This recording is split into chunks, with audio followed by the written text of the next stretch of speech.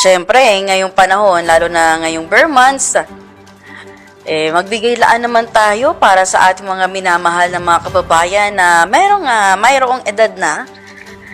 At ito, kaugnay nga sa aking pinag-uusapan. Inanunsyo nga ng Department of Social Welfare and Development o DSWD na sa darating na January 2025, next year yan, ang National Commission of Senior Citizens o NCSC na ang magpapatupad ng Republic Act 10868 o mas kilala bilang Centenarians Act of 2016. Na gayon din yung Republic Act 11982 o ang Expanded Centenarians Act. Kaya naman alamin natin ano nga ba yung tungkol dito. Bakit nga ba meron tayong ganitong Republic Act o batas? And of course, since napag-uusapan na rin natin itong mga kababayan natin na mayroong edad na, ano nga ba yung mga benepisyo at mga pribilehiyo na maaari nilang matanggap mula sa ating pamahalaan? Kaya ngayong hapon, meron tayong mga kasama, si Dr. Mary Jean Loreche, ang Commission Member mula sa Officer in Charge din mula sa National Commission of Senior Citizens. Magandang hapon po, Commissioner Dr. Mary Jean Loreche. Good afternoon, Mary Rose, at salamat sa inyong pag-anyaya sa amin upang maiparating natin sa ating mga nakakatanda, ang ating mga mahal na nakakatanda sa buong Pilipinas na taga-subaybay ng inyong programa kung anong merong nakalaan para sa kanila. Ayun nga po, Dr. Mary Jean, na inanunsyo nga po ng DSWD itong sa darating na January 2025, ang hahawakan na ng National Commission of Senior Citizens yung pagpapatupad nitong ang tinatawag na Centenarians Act of 2016. Ano po ba ito, Dr. Mary Jean? Alam niyo po, nasa kahabaan ng panahon, yung batas na yan, na pag ikaw ay dumating ng 100 taon at ikaw ay bibigyan ng 100,000 pesos na bigay ng ating national government sa iyo, yan ay hinahawakan ng ating kaibigan sa DSWD. Subalit, sa darating po na Enero 1 ng 2025 at nagpalabas din naman po ng joint statement ang DSWD at kami na yan ay pamamahalaan na ng NCSC. Hiwalay pa yan sa tinatawag natin yung bagong batas, Mary Rose, yung Expanded Centenarian Cash Gift, wherein pag dumating ikaw sa milestone age ng 80, 85, 90 at 95, tatanggap ikaw ng 10,000. Ayun nga, so bukod nga, totoo po rin yung nabanggit nyo rin, Ma'am Mary Jean, na actually sa mga pagkakaalam din ng ating mga kaibigan, na kapag humantong lang sa edad na 100, yun lang yung makakatanggap ng mga privilege or benefits under this Centenarians Act. And ito na nga, bukod po doon sa nabanggit nyo, Ma'am, itong Centenarians Act of 2016, ano naman po yung itong tinatawag nating Expanded Centenarians Act?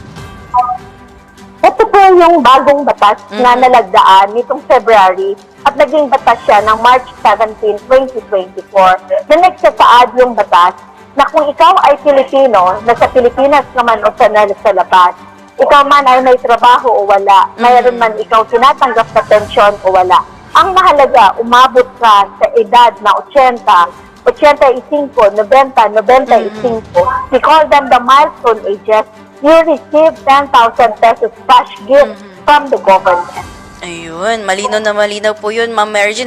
Na-curious lang po ako ngayon dun po sa nabanggit nyo rin na mula nga dito sa Expanded Centenarians Act. Kailangan po ba parang ano po sila, parang meron po silang record dito sa PSA or wala naman? Or ano po ba yung mga dapat nilang kailanganin para naman mapabilang po sila dito? Ang sinatawag natin dyan, kasi itong milestone ages na to for the Expanded Centenarian, kailangan ka mag-apply, Mary Rose. Hindi siya ibig sabihin na ikaw ay dumating sa ganitong edad, ay ibibigay sa iyo yon. So much unlike the Centenarian. Ang Centenarian, may listahan tayo kung sino yung magwa-100. At yan, kinukuha natin yung datos niyan. Base din naman sa local government unit ito o sa OSCA natin at sa social welfare. So, alam na natin na siya ay papasok na ng 100 o kaya siya ay 100 na. So, we expect na we have to do the necessary groundwork, verification and validation na lang. Na totoong siya ay 100 years old or lagpas. So, ibibigay sa kanya yan. For the milestone, the difference there is you have to apply for it. Hindi siya ibig sabihin na nag-milestone ka 80, 85, 1995, ibibigay sa'yo yun. Hindi. Kailangan i-apply mo yan. Saan mo ay a-apply? Meron tayong mga forms na sa website natin sa NCSC. At saka pangalawa, meron tayong ibibigay na mga forms for application doon sa ating mga LGUs, sa mga OSCA, at sa ating Social Welfare Development Officers. So, bali dito, Ma'am Mary Jane, na naisip ko lang din, iba pa po yung form na mga nais mapabilang dito po sa centenarian na act po na ito? Iba pa. So, ibig sabihin, kasi kasama nakasaad sa batas na yan, sa Expanded Centenarian, ang Elderly Data Management System, ibinigay din kay NCSC. Ibig sabihin, kailangan kami ang mga siwa sa lahat ng datos na angkop para sa nakakatanda. Kaya pag ikaw ay nag-apply para dyan sa ating expanded, kailangan maipasok namin kayo doon sa Elderly Data Management System. Una. Pangalawa, meron tayong ongoing na online registration na pinamamahalaan ng NCSC. Kung ikaw din ay naka-register doon, meron din ikong number at may data din ikaw doon. Ang gagawin din naman natin, ating i-validate at ating itutugma yung iyong nasa online registration at kung ano yung application na i-apply mo galing sa LGU na ipapasa sa atin. Malinaw na malinaw yun, Ma'am Mary Jane, na syempre dahil nga sa ating mga kababayan na may edad na, malinaw na dapat hiwalay ito nga pong pag-a-apply natin dito sa ating Expanded Centenarian Act. And syempre, ma-question din po namin na, Ma'am, na bakit po ba mahalaga na mabigyan po natin ng karangalan yung ating mga minamahal na mga may edad na, yung mga senior citizen, lalong-lalo na kung sakaling makatungtong sila sa edad na 100 years old and above. Alam mo, Mary Rose, ang kultura ng Pilipino ay mapagmahal sa mga nakakatanda. Kahit ikaw, kahit ako, di ba? Although ako senior na ako, no? Pero kung titingnan natin tayo, lumaki tayo, no, sa kultura na kailangang mahalin ang mga nakakatanda. Dahil sila naman ang nagbigay buhay sa atin. Sila naman din ang nagturo sa atin ng ating mga, you know, the values that we have right now, and including where we are already. So it is just a very small thank you for all their sacrifices and for being part of who we are. Tama po yun ng inyong sinabi na syempre sa dami ba naman na experience ng iba't ibang tao, syempre Ma'am Mary Jane, sa bawat isang humantong na 80, 90, 100, iba't ibang experiences yung naramdaman nila, na ibahagi rin sa ating publiko na magandang karangalan din naman po ito na makilala sila not even only do sa kanilang lugar. And of course, syempre kapag ganitong klaseng milestone nga naman na humantong ka ng 80, 90, 100, sobrang laking milestone na yun, Ma'am Mary Jane, tama nga naman. And dito po sa ating Centenarian Act, ano po ba yung mga benepisyo, Ma'am, o yung mga privileges na maaring matanggap ng ating mga kababayan? So, para dun sa Expanded Centenarian, may one-time cash gift when you reach the milestone. So, kunyari, umabot ka ng 80, umabot ka pa din ng 85 after 5 years. So, makakatanggap ka pa din. So, it's not a one-time event na hanggang 80 lang. So, it's really reaching those milestone ages. So, there's the cash gift of 10,000. And of course, you know, karangalan na rin natin yan na umabot tayo ng ganyan kalaki ng ating pang-edad natin. No? So, that's longevity by itself.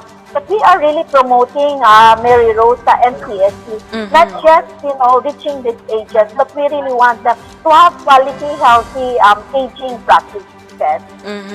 And Ma'am Mary Jane, alam ko nabanggit yun na po ito pahapyaw kanina. Ano po ba yung maaari nyo po bang mailahad sa amin yung step-by-step process? Paano po ba natin maililista yung ating mga kababayan na senior citizen mula nga dito sa Centenarian Act?